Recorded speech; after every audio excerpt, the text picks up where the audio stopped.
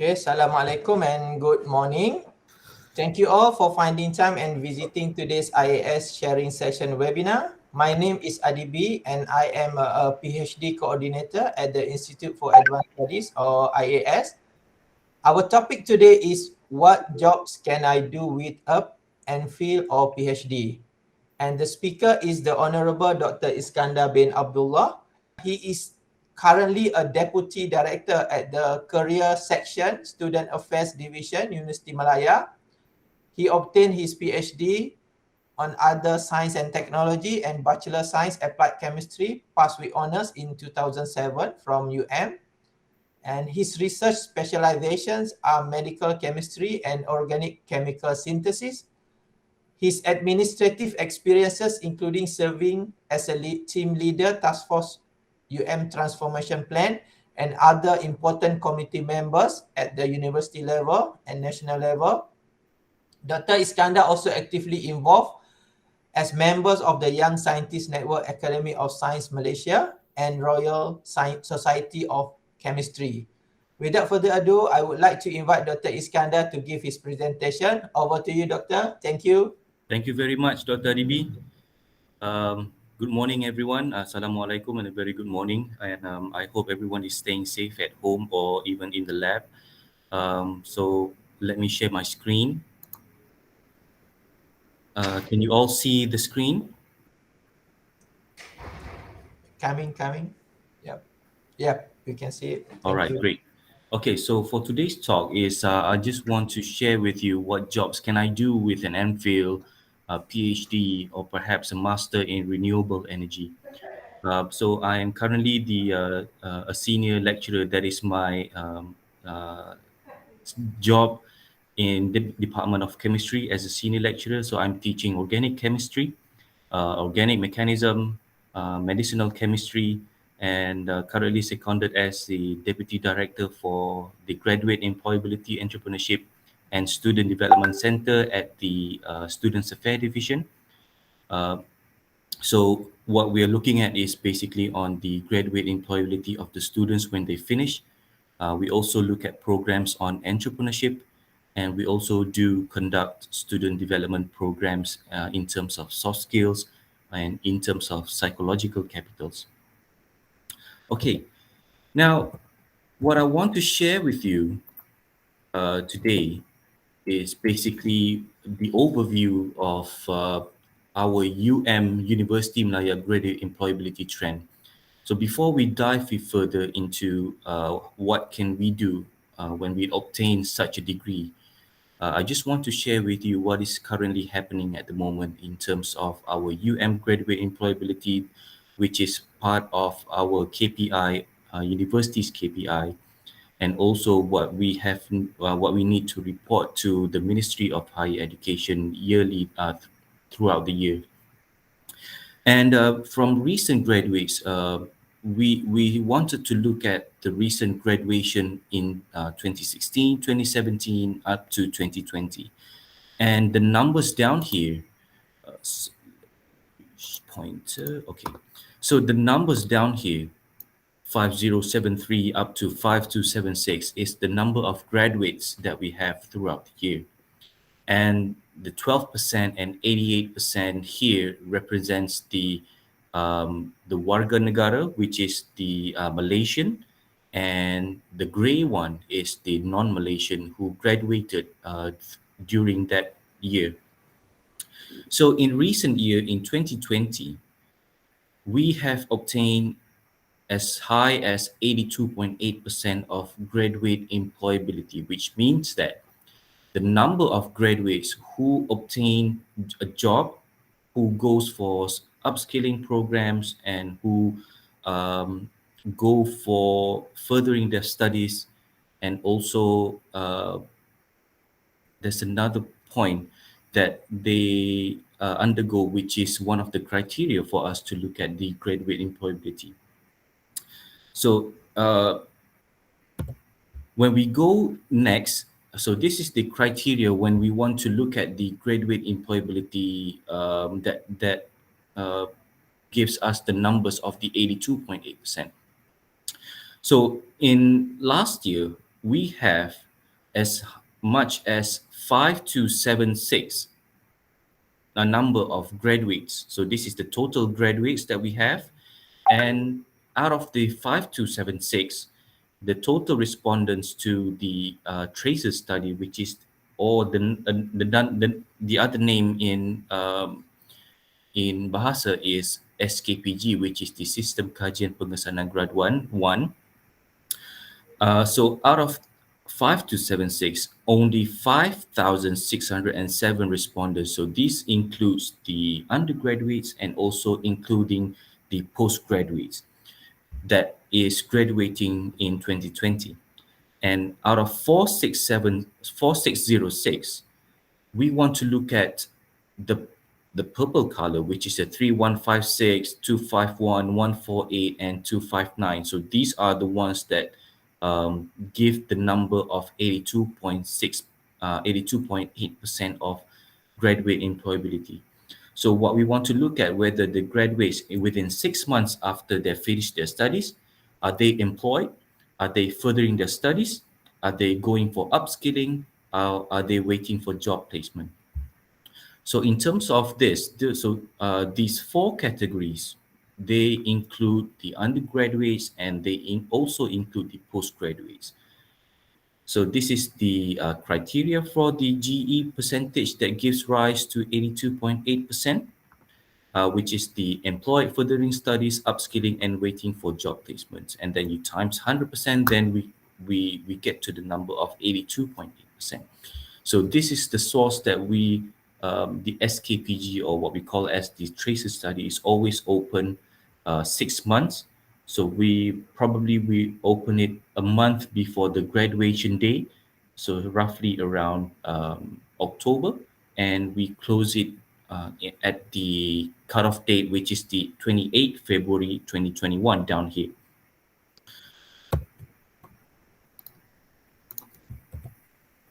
Okay, so now we look into the graduate employability and the response rate by programs, which is under the IAS in 2020.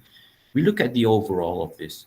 So under the Institute of Advanced Studies, you have four programs, which is the Doctor of Philosophy, Doctor of Philosophy in Science, you have Master of Philosophy, and you have Master of Renewable Energy.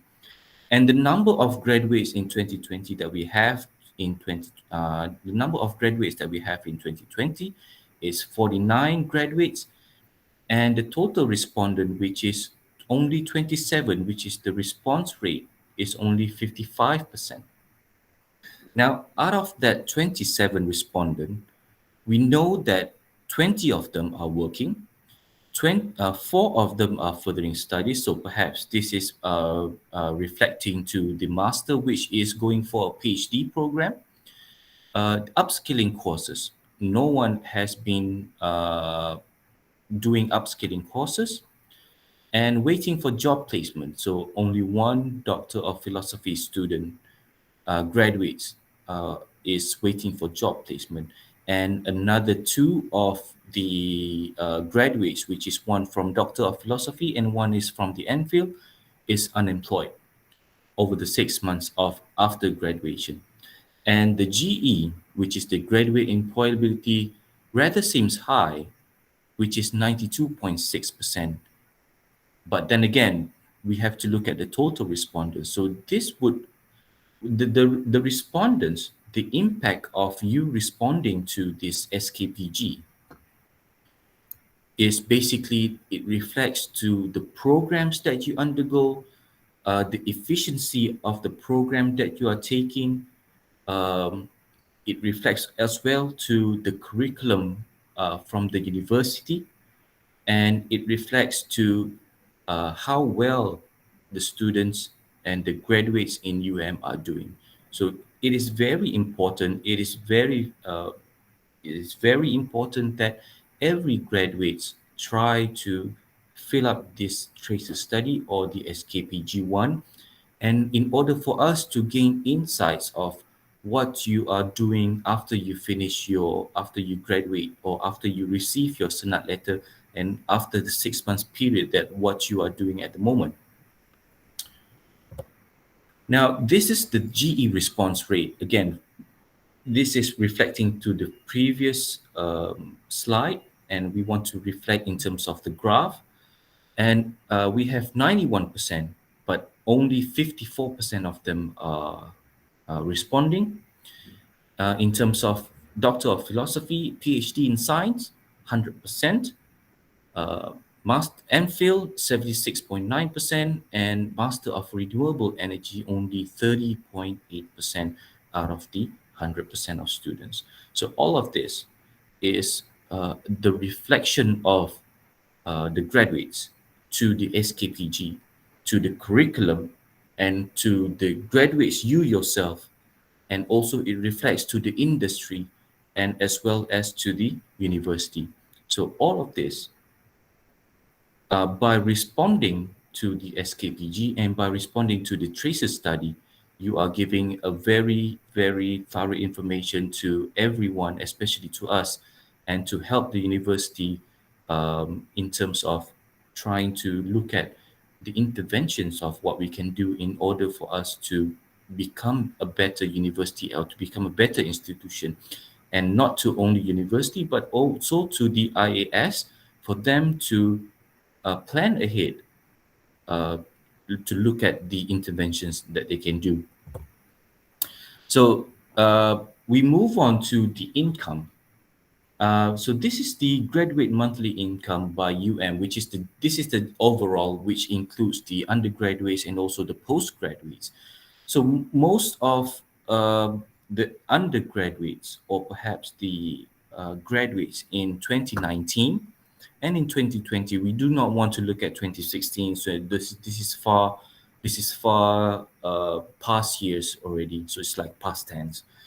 In 2019 and 2020, roughly around 22 or roughly around 18 to 22% of them receiving 3,000 to 5,000 and perhaps 5,000 to 9,999 ringgit. And what we want to look here is how well our students are doing. So most of our students, around 784, 827, 628, and 583. So this one gives around almost the 3,000 graduates are receiving around 18 to 22% of income, which is around 3,000 to around 5,000 or 6,000 ish. So this is indicating that our students are doing very good in terms of the income that they get, and it also reflects to the university's curriculum, and also the how strong our name of University Malaya is. And this is the graduates' monthly income that we want to look at. So most of us are receiving, unfortunately, 17.5% are receiving 1,000 to 1,500. So this is basically reflecting to the undergraduates. And if we want to look at the 3,000 to 4,000 and perhaps 3,000 to 5,000 within the range of maximum of 10,000, it is still good, which reflects to the people who holds a master degree and perhaps a PhD degree. For graduates' monthly income under the IAS graduates, we can see that students or graduates who receive 5,000 to 10,000 ringgit is around 40%, which is very good. And we could probably say that either they are we will look further, where did this 40% came from, and where did this 10% came from, and where did this 20% came from, and the rest probably we can figure out how, why they are obtaining such amount of monthly income. So income by programs, especially by the IAS, what we want to look at here is the ones who are receiving 5,000 to 10,000 ringgit is basically by the PhD in science. So they are receiving 5,000 at least to 10,000 ringgit. And then for the Masters of Renewable Energy, which is they are receiving around 66.7%. And for a PhD, they are receiving around 50% from the total overall students who graduate. So this is the data that we have out of the 27 total respondents out of 49 graduates that we have in 2024 IAS. And we look at we are going around the overall, and then we go to the IAS. So please bear with me that we want to look at how the implications of and the data that we receive from the graduates yearly. We also look at the employment status trend by undergraduates and also postgraduates. So what we want to look at is where the students or where the graduates are working. Are they working as a permanent staff? Are they working as a contract staff? Are they self-employed? Are they running a family business? Are they an employer? Are they working in a government or civil servant? Are they working as an NGO? Are they working as a freelancer? Are they working as a family business with or without salary? And the highest number that we receive is basically in 2019, in 2018 to 2020, is always around 60 to 62%, which most of the graduates are working in a private sector employee, including NGO. Whereas 24 to 29%, most of our graduates are working as a government and also as a civil servant. And the rest, we can see that are self-employed. So we perceive this self-employed employer and a freelancer, they are called as entrepreneurs. So we have either they are working as a government servant in private sectors or as an entrepreneur. Now we look at the graduate employment status in IAS. So in IAS, most of the graduates they uh, are receiving, they are working in a private sector employees, and also they are working. Most of them are working as a government civil servant, and also this is very good. They are as an employer, which means that they are running a business or they are entrepreneurs. Now, we look at as well the same thing here. So, who are working in the private sector, and 100% of them are Doctor of Philosophy in Science, and the rest are Master of Philosophy, and the other one is the Master of Renewable Energy.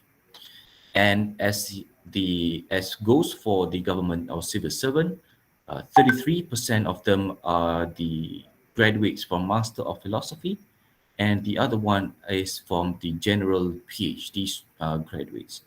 And who are the employer? This one gives us insights that the Master of Renewable Energy can be a job creator. So what it means by a job creator is they are like a boss. They open up a business, they are the employer, and they can provide new job opportunities for other people.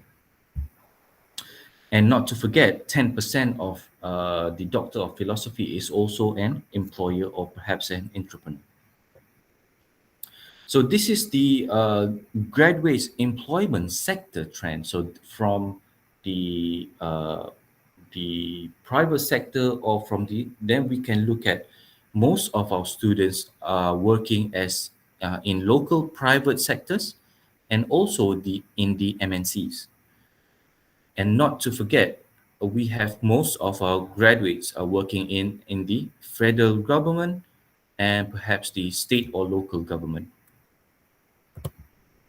So this is the graduates employment sector under the IAS. So under the IAS, 5.6% are working in a statutory body, 22.2% working in the MNCs, 27% working in the local private sector, 33.3 working as a federal government, and 11.1% working in the state or local government. Now, we want to look at the graduates' employment sector by programs. And the Master of Renewable Energy, 50% of them are working in the MNCs, which is the multinational private sector, and another 50% working in the local private sector. And for Master of Philosophy, 33.3% working as a in MNCs, 33.6% working in the local, and then 33% working in the federal government. But in the Doctor of Philosophy of Science, most of them are working in the local private sectors.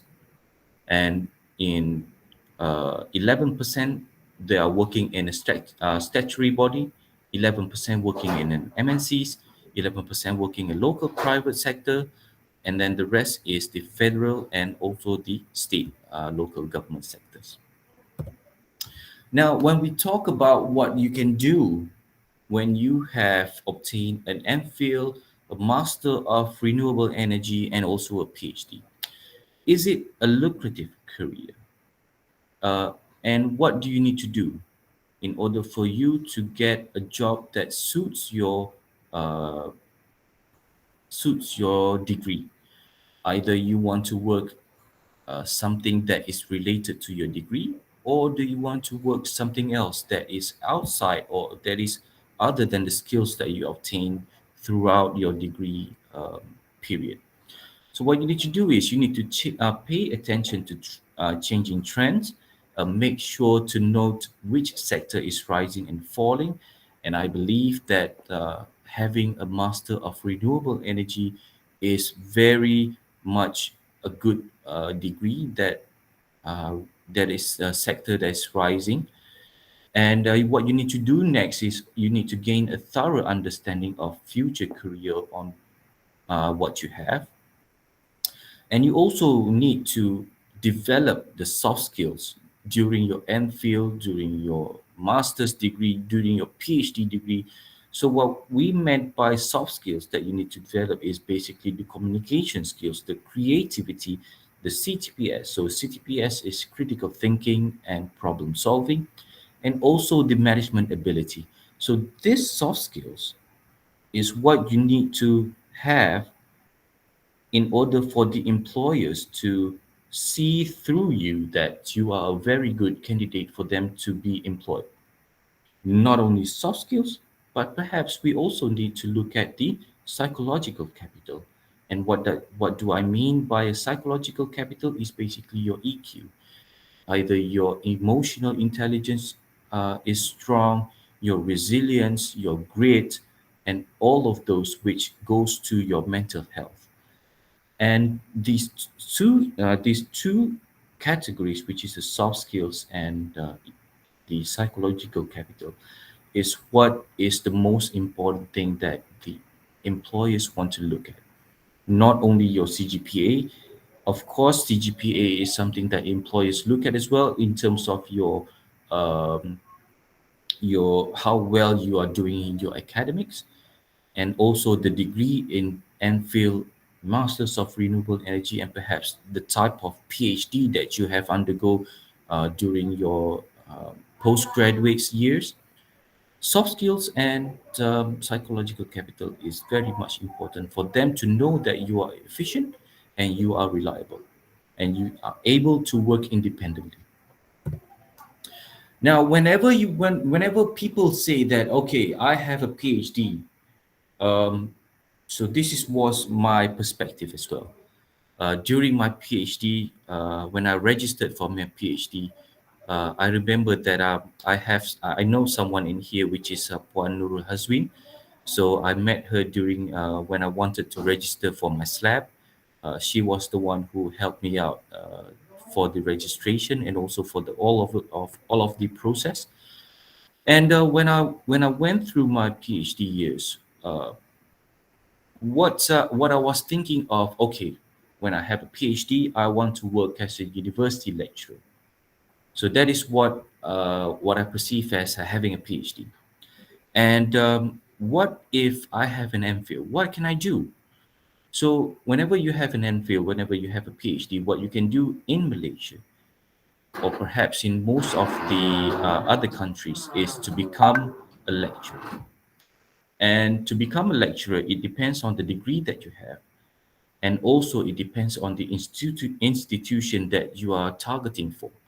Let's say for an MPhil or perhaps a Master of Renewable Energy, if you want to go for a lecturer post, you should try to go for schools. You can go for colleges, matriculations, foundations, and perhaps to go for STPM. And this is not just restricted to this institution, and perhaps you can go elsewhere. And for PhD, so most of the institution, especially the public universities and also the private university, they require you to have a PhD in order for you to become a university lecturer. So what about postdoctoral fellowships? You can have a PhD degree. You can become a university lecturer. But then again, it depends on the individual itself. Are you skewed towards to become a teacher, or are you skewed to become a, a researcher? But then again, in universities lecturer, you also have to do teaching and you have to do research as well.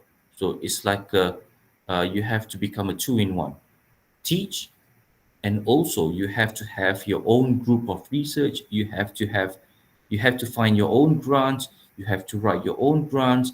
You have to fight with the other lecturers in the whole country of Malaysia to fight for the FRGS, to fight for the LRGS, to fight for the PRGS, and perhaps internal and external grant calls. If you are interested to look at only research, so let's say, okay, I don't want to teach, so maybe my teaching skill is perhaps not up to what I interested into, you can go for postdoctoral fellowships. And these are the ones that people look at. So most of the people who are doing postdoc, you can find them in perhaps in NanoCAD, perhaps in other groups where they have postdocs, fellowships, and research fellows. And this is what you can do with a PhD, and perhaps with an MPhil, and perhaps with Masters of Renewable Energy. And where can you find post in terms of Malaysian and also international vacancies? So I list down here is where roughly where you can find these opening posts. You can find them in Nature Career, you can find them in Research, TWAS, JSPS is under the Japan. Um, you can find the under the academic position, Euro Access, and Euro Access and TWAS and Nature Career always gives openings to postdoc fellowships and also research fellows, science careers, not to forget, techno jobs. I believe that you are in the Institute of Advanced IAS. You can go for all of these page or websites that you can try to look at. And also, if you want to work in Malaysia, especially in public universities, you need to go to their respective university one by one and try to find if there are any postdoctoral fellowship or research fellow openings in order for you to become a researcher.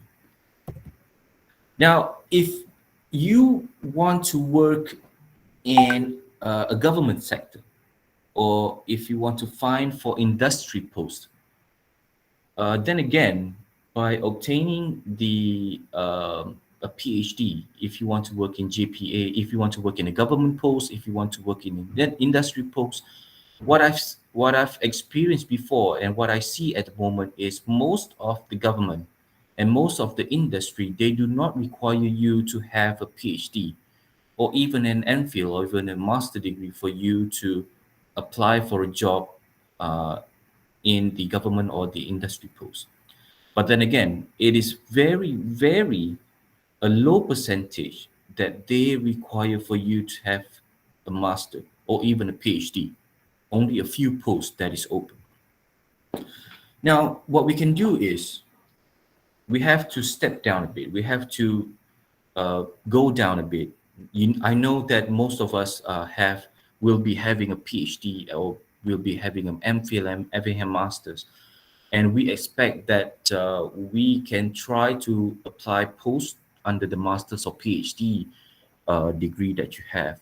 But then again, since most of them they do not require you to have a PhD and an Mphil, you have to start with a degree post and climb your way up accordingly. Because if you were to start in the government post as a undergraduate, which you have a degree, you will probably start with an officer. An officer in a degree in a government, which is called is a pegawai, uh, holds the 41 post, and then you can go for 44 posts after your a few years of experience in working. And if you have a master, you can apply for a 48, and you can go for a 52 post, and you can go for a 54 post in government sectors.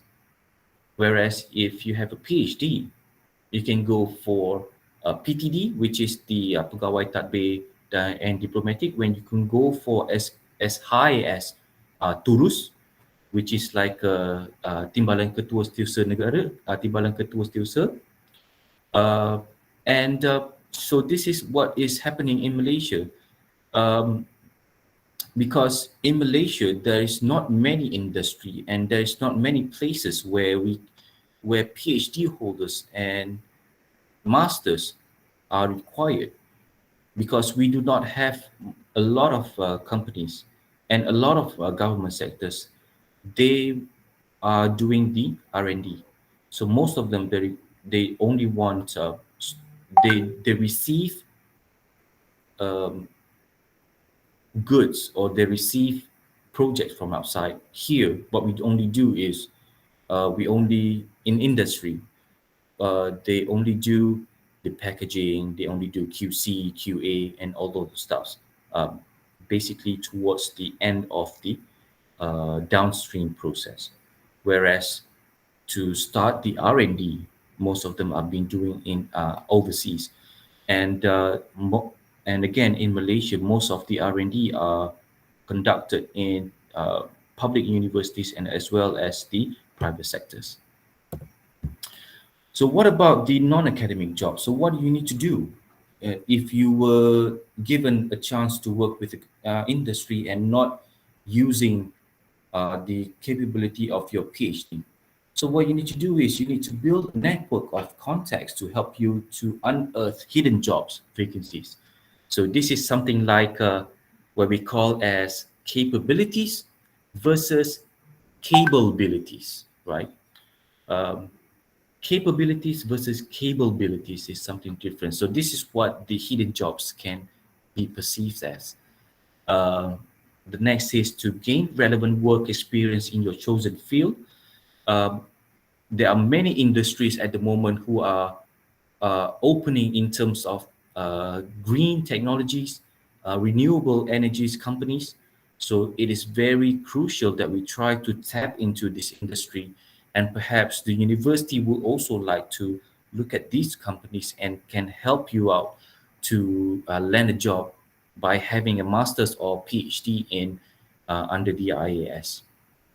What you can do is search for graduate jobs. So at the moment, since we are impacted by the COVID-19, most of the industry are closing down. Employers opt to retrench their employers. Uh, we have a lot of problems in our financial, and the government is helping us out in terms of the penjana programs, pemulih, pemerkasa, so all of these, and also the private sectors, they are really, really helping the government and also helping those unemployed workers to land a job and also to help them out to for monthly sustenance. And what you can do is to use the power of social media to join in discussions with like-minded and share research and opinions.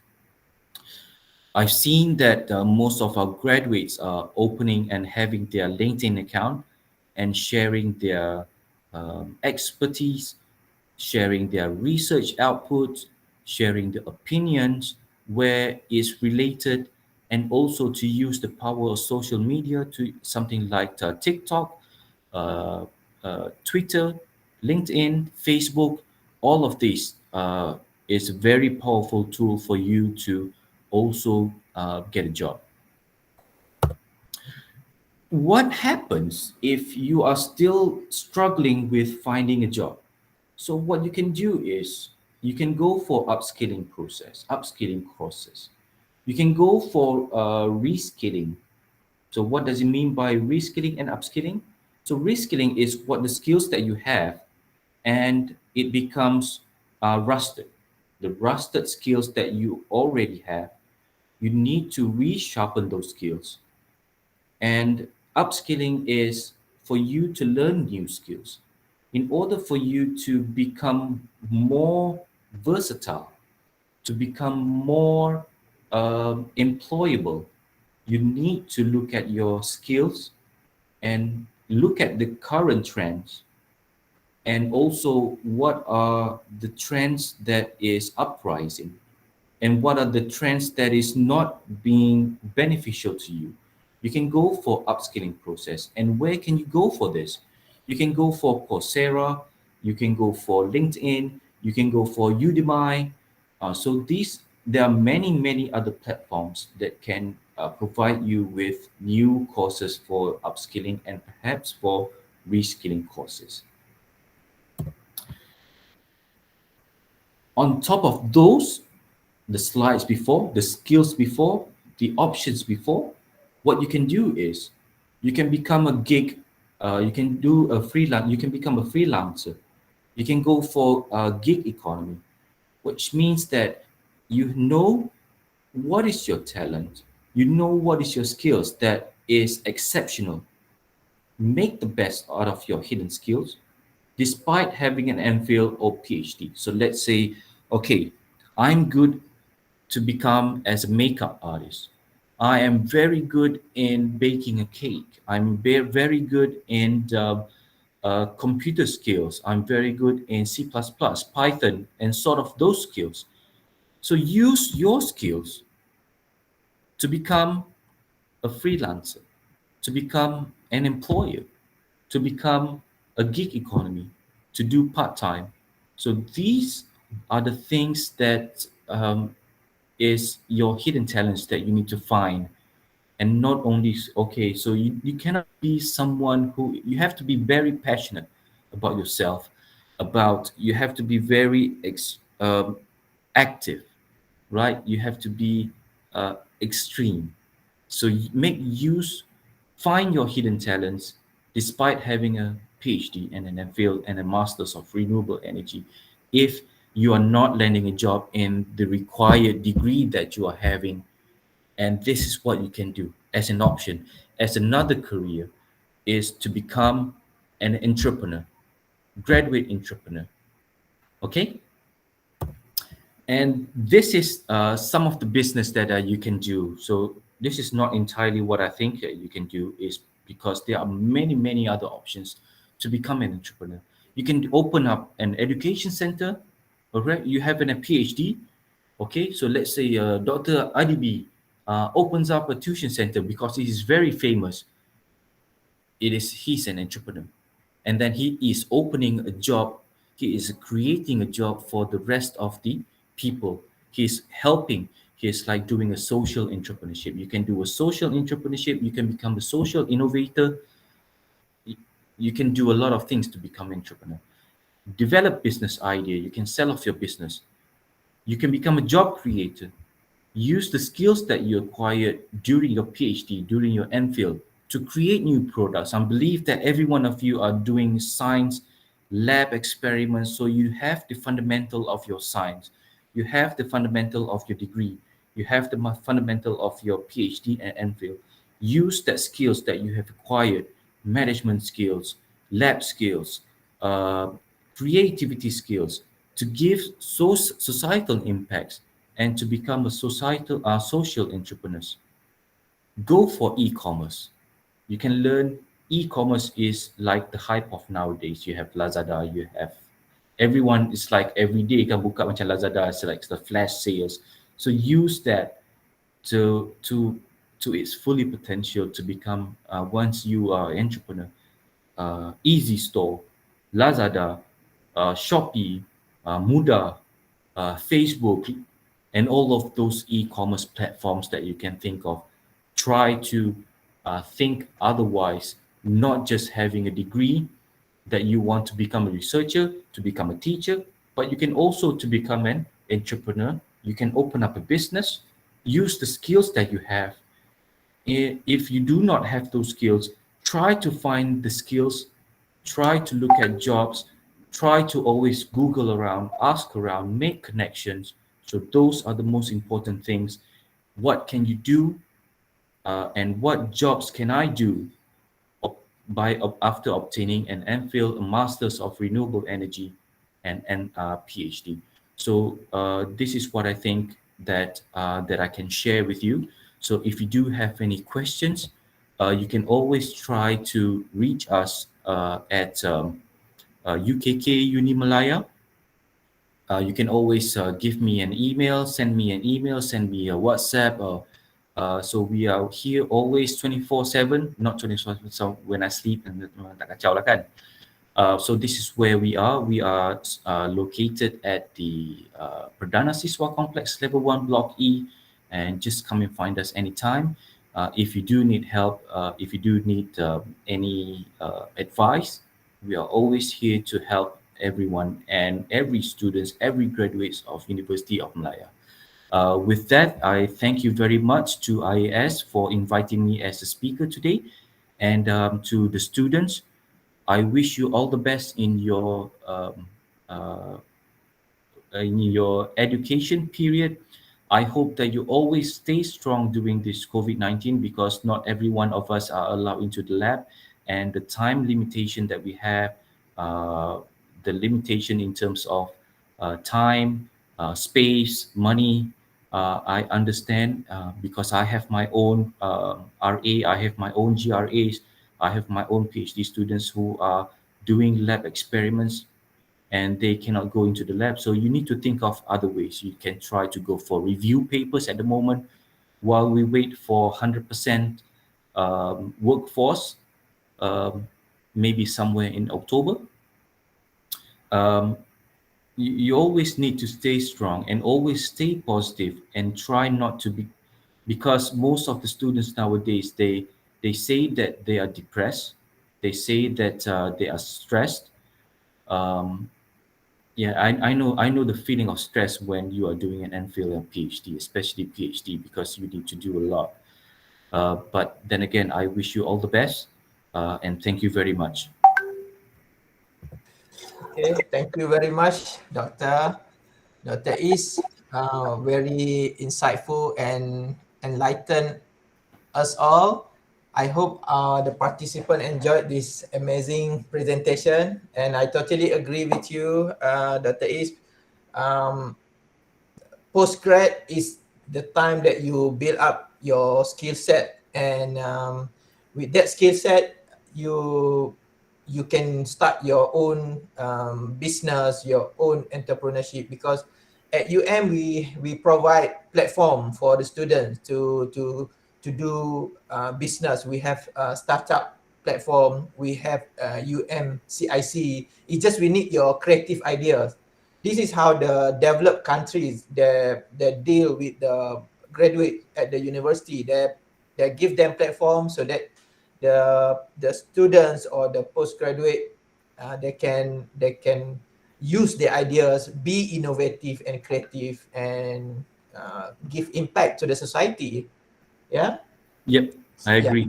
Yeah. So you have a question, you can raise your hand and you can ask question. Please use this opportunity to ask question. Any question related to yeah. Okay, we have Tae Lian Seng. Okay, Tae Lian Seng, go ahead.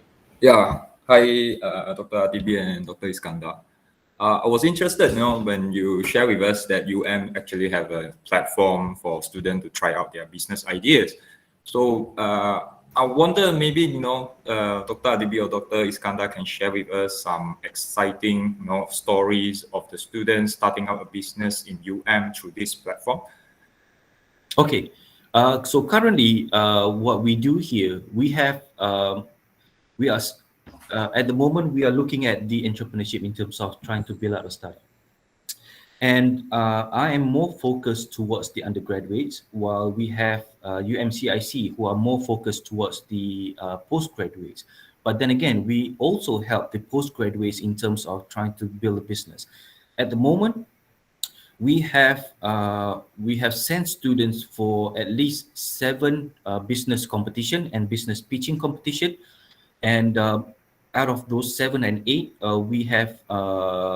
we managed to go to the finals.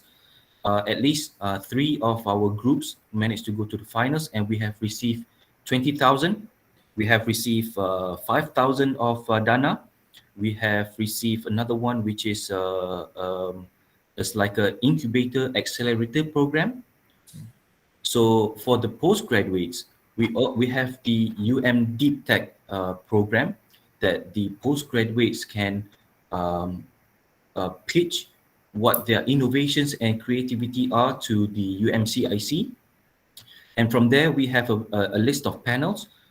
So this Deep Tech is just started because previous years, is not focused towards entrepreneurship. So starting from 2020, since our Datuk VC came in, one of his pillars is pillar 5, and his pillars is focusing on entrepreneurship. So this is where we start to revamp our entrepreneurship ecosystem, and this is where the UMDT comes from. The aggressiveness of sending our undergrads to national competition, to universities competition, and for postgraduates, you can pitch to the UMCIC, and they will send your pitching, and they will look and evaluate your innovations. And upon good progress, they will give you around a maximum to 20,000 for you to start your business. So that is what one of the initiatives that is doing for postgraduates in order for you to open up a startup. Okay. Thank you very much. Thank you.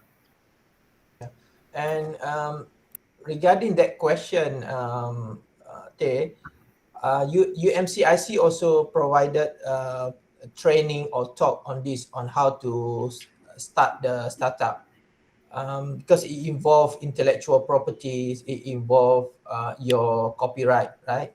So usually you will come up with this idea with your supervisor, because you work together with your supervisor, right, to develop something like prototype. And when you have the prototype, you can approach UMCIC, and they will evaluate whether your prototype have potential to be commercialized. Then they will provide you a training so that you can do this startup. And UMCIC, I think they provided certain amounts of funding, right, Dr. Is? Yep. For the students to start. Yeah, we also help you with your IP applications. We also help you with anything. As long as you're a student, we help you with, it's like we help you from A to Z. It's just that we need your idea, we need your innovation, we need the prototype to be ready. That's it. The rest, we will help you. We do not get any percentage out of that. So we help you from A to Z. And we also give you some money for you to start your business. Yes, yes. So that's why you need to really utilize and use this opportunity as a student, because because students always think that they're just a student. You know that in the other country, in the developed country, as a postgraduate student, you are treated as a professional. We don't call you as a student. So you need to raise up yourself and be confident about yourself, as a postgraduate student. Okay, we have question in the chat box from Georgie Yo. When I start my PhD this October, I assume this coming October, right? I am actually still working full time. So I would be spending some nights and weekends to work on the dissertation. Yes, of course. It is common amongst candidates in terms of juggling this way, right? So Yeah, he or she just need assurance, I guess.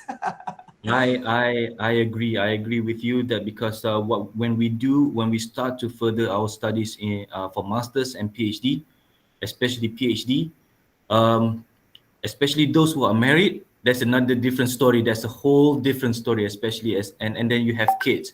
So when we talk about when you are spending working full time, and you have to spend the night, you have to sacrifice your night. You have to most probably sacrifice your weekends. You have to most probably not sacrifice your times with your friends. Sometimes you need some rest. Sometimes you need to just take a stroll in the park, have some talk with your friends just to keep yourself sane, right? But then again, most what is our main objective here? You have to look at the main objective here. What is your purpose here? Is to get your PhD as soon as possible. You do not want to prolong your PhD. You do not want Hopefully you will not be prolong your PhD up to 5 years or 6 years, 7 years. There are people who did their PhD up to 8 or 9 years. uh, Try not to do that. uh, but then again, you have to juggle your day and night for your work and your PhD. Even right myself at the moment, I have two jobs.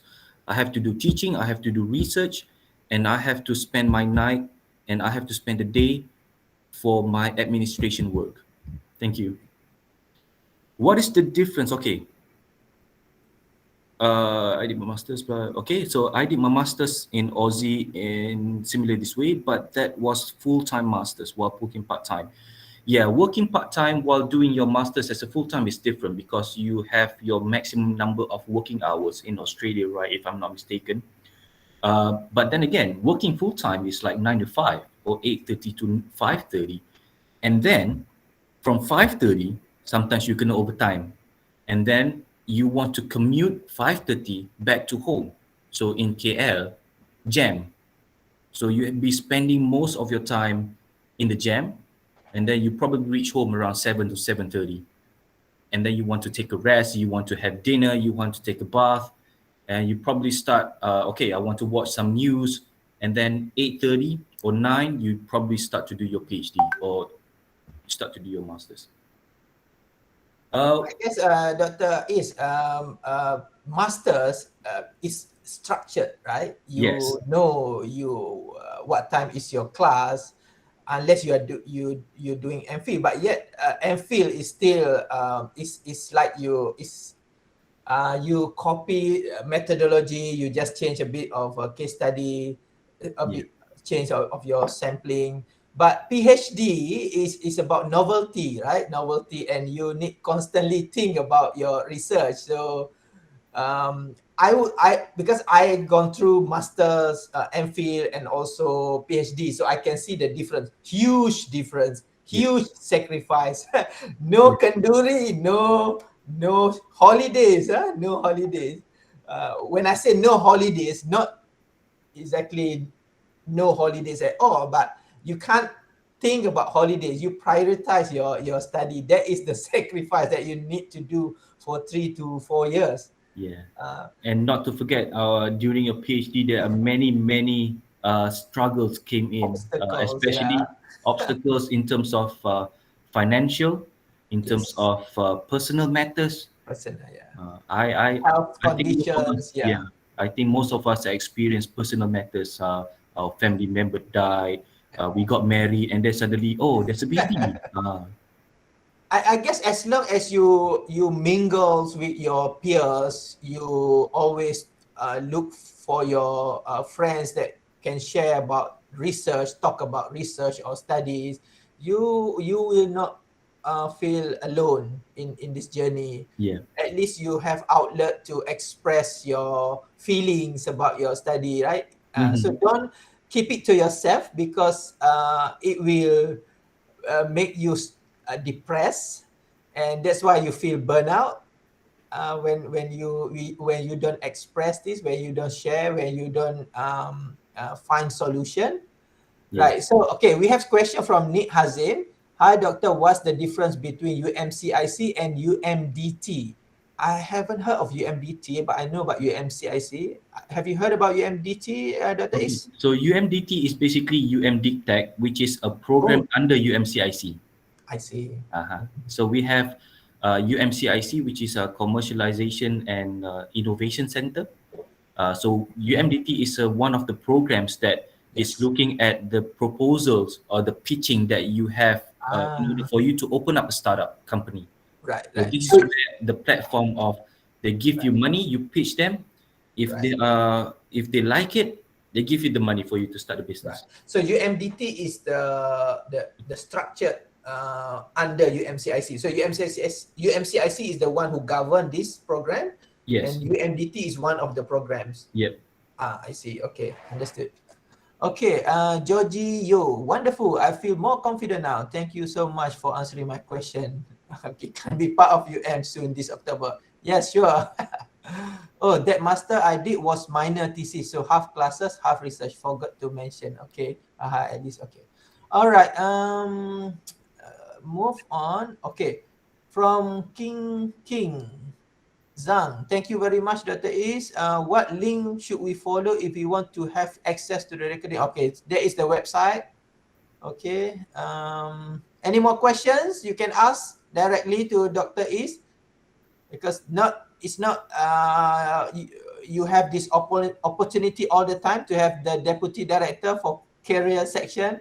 I think this is the first time you also give a presentation on to the postgraduate, right? Yep. That is, IAS is the first time. Yes. Before this, it was for the Faculty of Medicine. I see. Yeah, so IAS, we have multidisciplinary scientists here. You can ask questions from the social aspect, from the natural science aspect. Yeah. Any more? Dr. Okay, Is Chen. and Dr. B. Go ahead. Yeah. This question may be a bit off the topic today. You guys were mentioning about novelty in PhD studies. I wonder, that kind of novelty moment or the novelty, does it arise from the beginning of your PhD journey, or is it something you work so hard, halfway the journey you find out, oh, there is a novelty here, that kind of novelty, The novelty that you need to understand when you do a PhD is basically from the beginning, before you register, you should know by now that your PhD is a novel PhD. I see. So what you need to do is you need to dig literature search. You need to do literature review extensively, especially. So let's say I want to make a COVID-19 kit. And what you need to do is you need to always Google around, use the platform for science journals to see that if anyone has made it. If anyone have made it, you can make it as well, but you have to tweak it to make it a bit more different and a bit more, which have the more advantages than what has been done before. So it has to be novel. Even though it's there, it has to be something very much different. The different cannot be slight difference. That can be a master's degree. It has to be significantly different. I see. Yeah. If you want to get some ideas, maybe you can watch the Theory of Everything movie. And just for your information, I only get my title towards the end of my PhD. So so sometime along the way your title might change. So because you need to link everything together, all the chapters, then you know the narrative of your thesis, the story. So when you get that, it's just a fingertip in your mind. You can present it in 3 minutes about your 4 years research. And we also have a 3-minute thesis. Don't forget, 3-minute thesis competition, which you can get involved. That is very interesting. You sum up everything in 3 minutes. Yeah. Interesting. So like Prof Siti showed yesterday, right? The FAME lab, right? How that lecturer from USM presented her research in a very unique way, make it everybody understand about her research, because she know about her research. So if you want to write a storybook, you know what is the story about, right? We have another question. Okay. Thank you. Okay. No, Shakira, you want to on your mic and ask? At least we can hear your voice. Hello? Hello. Yes. Assalamualaikum. Waalaikumsalam. Yeah, sorry. Okay, my question is, I have masters in OSHA previously, and then I work as after I finish my masters, I work as innovation analyst at a consulting company for about 1 year or more. And then after that, I continue my PhD because at the time I was like thinking I love to write in research field. So that's why I took a plunge in doing a PhD at doing LCA for doing LCA in waste management. So after that, I'm not sure right now because I'm still struggling doing my PhD. So, but especially during this COVID-19 pandemic, I'm like, You're stuck. yeah. I was like, what kind of job am I gonna get offered after this? So I have also my student. So she is doing her masters in organic synthesis, and then the problem came when COVID-19 came, because we are not allowed to go to the lab, right? Correct. So what we did was I shifted her to become a computational chemistry. So she is doing her masters, and she's about to complete her masters by just doing computational chemistries, which is to look at molecular docking, molecular dynamics, ADMET, and also on those stuffs. But if you were to have a master's in OSHA, which is very good, and you can become like a apa tu, kerja hazmat, you can become the OSH in the OSH committee of universities, which is very important, because what we're looking at, you are looking in OSH, you are looking at the safety and operational safety and health of the whole entire institution or whole organization. So you can apply for the OSH committee, or what I see for you is, since you have the experience of the innovation analyst, why not you become you open up your own business in waste management. Waste management. So that is what I see. So what type of waste management are you doing? Are you doing oil? Are you doing like water? I'm doing about food waste currently. Food waste, right? You can learn about the use of enzymes, the technology that you can use for waste management or food waste management. I think it's a golden opportunity for you to open up a business. Yeah, I think Shakira, during pandemic time is actually it's time for us to reset and relook what we can do and take the opportunity. And I almost did LCA for my PhD, and I know that it's very beneficial, and it's a skill set that we need nowadays for all industries. And I think since you have a master's in OSHA, you can start off with that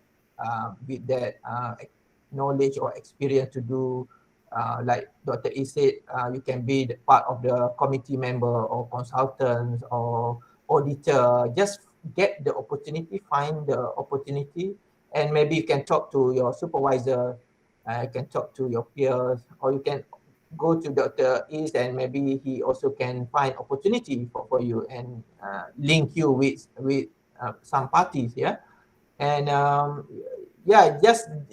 think you have the skill set. It's just how to use your skill set to get the opportunity. Because LCA, like, it can be used not only in the waste management, in agriculture, in the other oil industry, Yeah, to start a business is something that is very scary, right? Because you Yes. have to use your own money, True. and then the risk that you are taking. Am I going to flop? Am I going to be successful? That is one thing that you need to. But because when I see this, not many company that we have in Malaysia are doing on food waste management, Correct. and also you are having the OSHA, which is another added attributes. Yeah. What you are as the boss, you have your OSHA Correct. experience, you have your innovation analyst experience, and then you are opening a food waste management which you have acquired during your PhD. That is the skill set that you have. You have many skill sets in one company which you can fully utilize. You just need to gather a few people of your friends that have the same passion about this, and you can come up with ideas. So, for example, like Dr. A said, okay, when we have this COVID, we cannot access to our lab, like research start, we can't do anything. So, for example, for me, I'm doing research on the seaweed, right? Seaweed farming. What I did with the farmers is that farmers keep producing seaweed, but they don't know how to sell it. So I create the market by brand the seaweed as a future food, and I engage with the chef who like this chef maybe previously worked at the hotel or at the private company, so they lost their job. So I engaged with them. I introduced these raw materials. I told them this is very high in minerals, have a bioactive compounds. It's very good, and it's the only one in Malaysia that have. So I have the advantage of there's no competition, and I know how to grow the seaweed together with the farmers. So I use this opportunity to create that business, and my master student involved with the e-commerce doing this. So it's all about you sit down together with the team and think about how to start the business. Start with small. I only start with 1,000 ringgit Yeah. capital. Yeah. Yeah, You need to find someone who's very strong in computer as well. Your CTO, your Chief of Technology Officer, should be very strong. correct.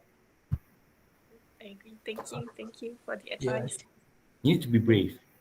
Yes. Be bold. All right, we have a question from Amirul. Okay, Amirul, you want to ask a question? Hi. For the last 1 week since Monday, it seems like most PhD holders end up in universities, and it seems like not too many direct entry into industries which PhD. So you can Yep. start from bottom then climb up. Yep. It seems like PhD doesn't carry much weight in industry, especially at entry point. Yep. What's your comment, Doc? Well, I think this is because most of us industries in Malaysia, they do not focus on the innovation, especially on the first stage of the R&D. So this is like when I went to dual pharma companies, Pharma Niaga. Even Pharma Niaga is a big company, but then again, they do not have their own research and development centers. This is because I believe that the funding that we need to have in order for us. So let's say if you were to make a one drug, it would require us billions of ringgit, and that is for one company to come up with 1 billion or two, perhaps billions of ringgit. That we need at least 5 to 10 years of R&D just to come up with one drug. So I believe that because of the financial issues, most of the companies are not that strong enough to have that financial to withstand to come up with one drug or to have the R&D center. But then again, we do have the R&D centers, but not focusing on people who are having PhD and even masters, because one, they need to pay the PhD. A lot of the salary is too big.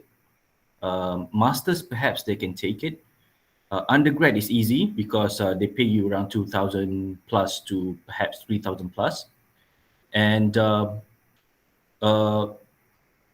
that is what I think at the moment. So what we can do is where PhD holders easily to go for universities, work in the universities.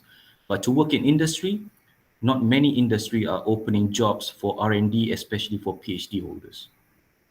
There are many factors, I believe, for the industry, for the PhD, for the industry to open up employment for PhD. I guess it's the behavior of the private sector in Malaysia. You see, they don't value the PhD holder as the asset, because they say, why I want to invest more, pay salary to this PhD holder. I rather to hire low skill employees, because I can reduce OPEX. So it's about the how the private sector values you. And when you pose this question to the university, we can't control this, because we cannot determine that the private sector will pay them a good salary, because we just equip the students with the skill set so that they can perform during the interview, can convince the potential employers to hire them and pay a good salary. So that is the most that we can do. Yeah. This is also impacting Malaysia as well, because you have a PhD, you have a master, which is a very niche degree and also very beneficial to university. But then we do not have very much support from the ministry, or perhaps support from the industry. What happens is we go overseas, so we lose our talents, brain dead. And what happens? Who people stays in Malaysia? They have to work. They have to work harder. So we lose our talents. If I may add on to that, Doctor,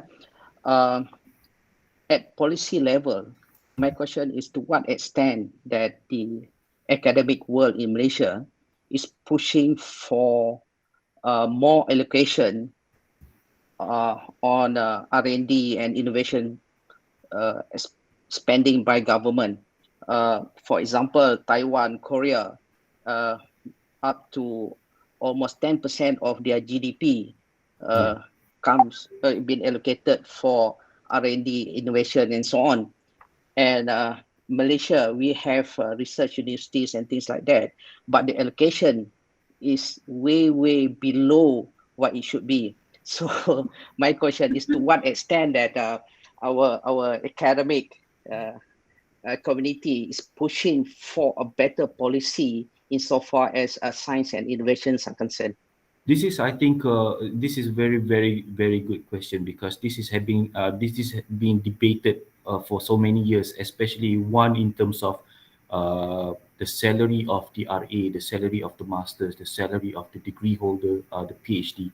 It is very low, especially if you are living in KL, right? If you are receiving the same amount and you live in Kedah, you are very like luxurious, orang kata.